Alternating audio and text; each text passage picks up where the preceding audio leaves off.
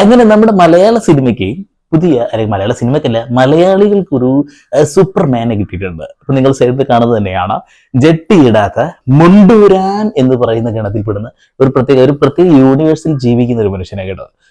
അദ്ദേഹം കഴിഞ്ഞ ദിവസമാണ് ആ ഒരു പ്രദർശനം നടത്തിയത്. ആ കരിഞ്ഞ മണികളുടെ ആ ഒരു ഷോ ആയിരുന്നു. പല ആളുകൾക്ക് അത് കാണാൻ കഴിഞ്ഞു. ഇന്നവൻ മുന്നാമ്പുറമാണ് കാണിച്ചത്. നാളെ അവൻ കൂട്ടാൻ ചട്ടിയുടെ മൂടും കാണിച്ചു തരാനുള്ള സാധ്യതയുണ്ട്. ഓക്കെ, നമ്മൾ ഈ ഒരു എന്റർടൈൻമെന്റിലേക്ക് കിടക്കുമ്പോൾ ആദ്യം തന്നെ അദ്ദേഹത്തിന്റെ ആ ഒരു മാപ്പപേക്ഷ പറഞ്ഞുകൊണ്ട് നമുക്ക് നേരെ കിടക്കാം. അതായത്, സിനിമാ നടൻ എന്ന നിലയിലും വ്യക്തി എന്ന നിലയിലും പല വിഷയങ്ങളും കൈകാര്യം ചെയ്യാൻ എനിക്ക് പറ്റുന്നില്ല.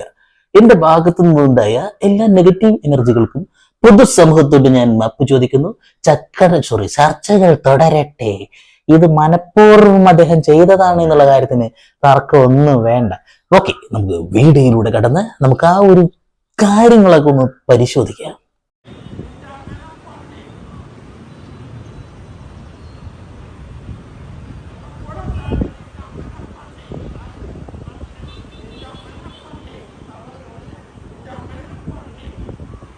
എനിക്ക് പ്രത്യേകം അപ്രിസിയേഷൻ പറയാനുള്ളത് ആ ക്യാമറമാനോനാണ്. നിങ്ങൾ എന്തോ ഭാഗ്യത്തിന് അൾട്രാ എസ് 23 ഒന്നും എടുത്തില്ലല്ലോ. എടുത്തിരുന്നെങ്കിൽ ആ ചുക്കാമണിയുമില്ലേ ഫോടകൾ വരെ നമുക്ക് തെളിഞ്ഞു കണ്ടേനെ. അത് തന്നെ വലിയ ഭാഗ്യം. ഞാൻ ഇവിടെ ബ്ലർ ആക്കിയിട്ടുണ്ട്. സത്യത്തിലൊന്നും കാണുന്നില്ല, എന്നാൽ പോലും ബ്ലർ ആക്കിയിട്ടുണ്ട്. കേട്ടക്കട്ടെ, യൂട്യൂബ് എനിക്കിട്ട് പണി തരണ്ട എന്ന് കരുതിയിട്ടാണ്. എന്തായാലും ഇദ്ദേഹം അടിക്കുന്ന സാധനങ്ങളൊക്കെ പൊളിയാണ് കേട്ടോ. നല്ല അടിപൊളി. ഇത്ര നല്ല മലയാള വാക്കുകൾ വേറെ ആർക്കും പറയാൻ കഴിയില്ല. അമ്മാതിരിയാണ്. ഓക്കെ, തുടർന്ന് കേൾക്കാം.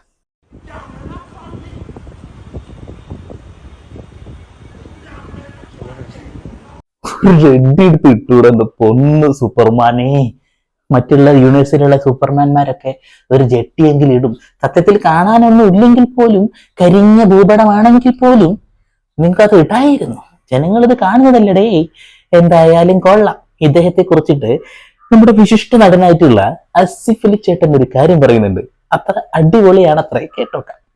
വിനായക ചേട്ടനെ ശരിക്കും നമ്മളെല്ലാവരും ഭയങ്കരമായിട്ട് അദ്ദേഹത്തിന്റെ സംസാരിക്കുന്ന രീതിയെ കൊണ്ടൊക്കെ ആയിരിക്കും മിസ്അണ്ടർസ്റ്റാൻഡ് ചെയ്തിരിക്കുന്നതാണ്. അദ്ദേഹം വേറൊരു സിസ്റ്റം ഫോളോ ചെയ്യുന്ന ഒരാളാണ്.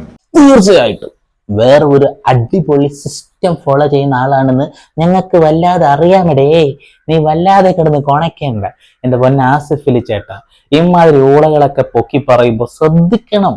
അമ്മാതിരി കച്ചറാക്കി നീ എന്ന് പറഞ്ഞാൽ ഇനി വേറൊരു സാധനത്തിലേക്ക് കൊണ്ടുപോകും. അങ്ങനെ വേണ്ട.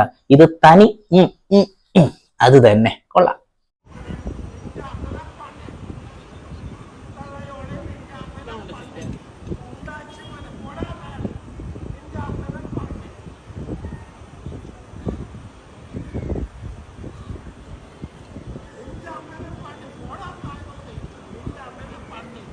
നിന്റെ പൊന്നെ, വായിലൊരൊറ്റ തെറിയുള്ളൂ. നിന്റെ അമ്മയുടെ പട്ടി.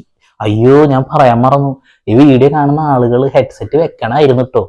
നാട്ടുകാർ മൊത്തം കേട്ട് അതിന് കുഴപ്പമുള്ളൊന്നുമില്ല. ലോകം മുഴുവൻ അറിഞ്ഞിട്ടുണ്ടാവും. വിനായകൻ എന്ന് പറയുന്ന ആ മാസ്മരിക സൂപ്പർമാൻ എന്ന നടന്റെ ആ വായിൽ നിന്ന് വരുന്ന സംഗീതസ്വരമായ ശുദ്ധ മലയാളം എല്ലാവരും കേട്ട് കാണും അല്ലെ? ഇനിയാണ് രസം.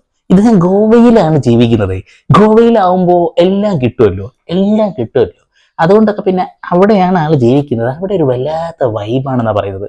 ആ വൈബിൽ ഉണ്ടായ ആ ഒരു കാര്യങ്ങൾ നിങ്ങൾ കേട്ടിട്ടുണ്ടാവുമല്ലോ. എന്നാലും ഒന്ന് കണ്ടോളി. ഹലോ,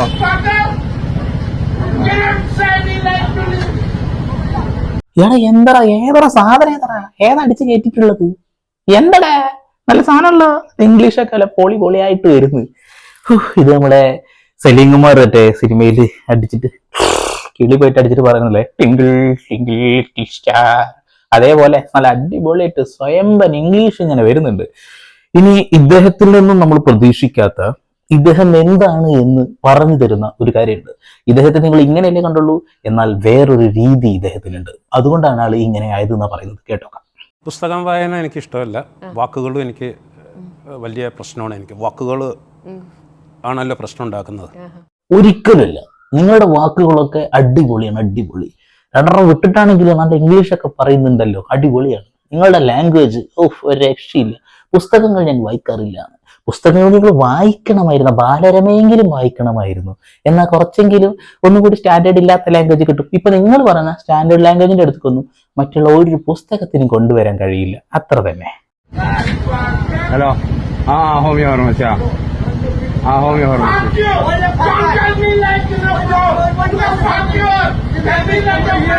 ഹലോ എന്തോ പറ്റിയൂ എന്നാ പറഞ്ഞോണ്ടിരിക്കുന്നത്. കൊള്ളാം. അതാണ് ഇദ്ദേഹം ജീവിതത്തിലും സിനിമയിലും നല്ല കിഡിലനായിട്ട് ആക്ട് ചെയ്യും. റിയൽ ആക്ടർ ആണെന്നാണ്. ഇദ്ദേഹത്തിന്റെ സിനിമയെ കുറിച്ച് എനിക്ക് ഒരു കുറ്റവും പറയാനില്ല. ഇയാൾ ഒരു അടിപൊളി പാട്ടുകാരനും അല്ല അടിപൊളി മ്യൂസിഷ്യനും ഒരു അടിപൊളി അഭിനേതാവാണ്. അതിന്റെ അപ്പുറത്തൊക്കെ ഒരു പാറ്റ കാച്ചറച്ചോ പറയുന്നില്ല അത്രക്ക്.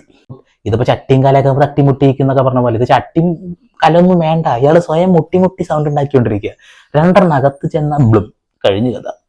ഇന്ന് പിന്നെ അങ്ങോട്ട് തുടങ്ങല്ലേ എന്ന് പറഞ്ഞിട്ട് അങ്ങോട്ട് തുടങ്ങുക ശിങ്കാരിമേളം. ആ ശിങ്കാരിമേളങ്ങളാണ് നമ്മൾ കേട്ടോണ്ടിരിക്കുന്നത്. പക്ഷേ ഇതിനൊക്കെ പിന്നിൽ ആരാ നിങ്ങൾക്ക് അറിയോ? അദ്ദേഹത്തിന് ഒരിക്കലും നന്നാവാൻ സമ്മതിക്കാത്ത ഒരു കൂട്ടാളുകളുണ്ട്. അത് അദ്ദേഹം തന്നെ തുറന്നു പറയുന്നുണ്ട്.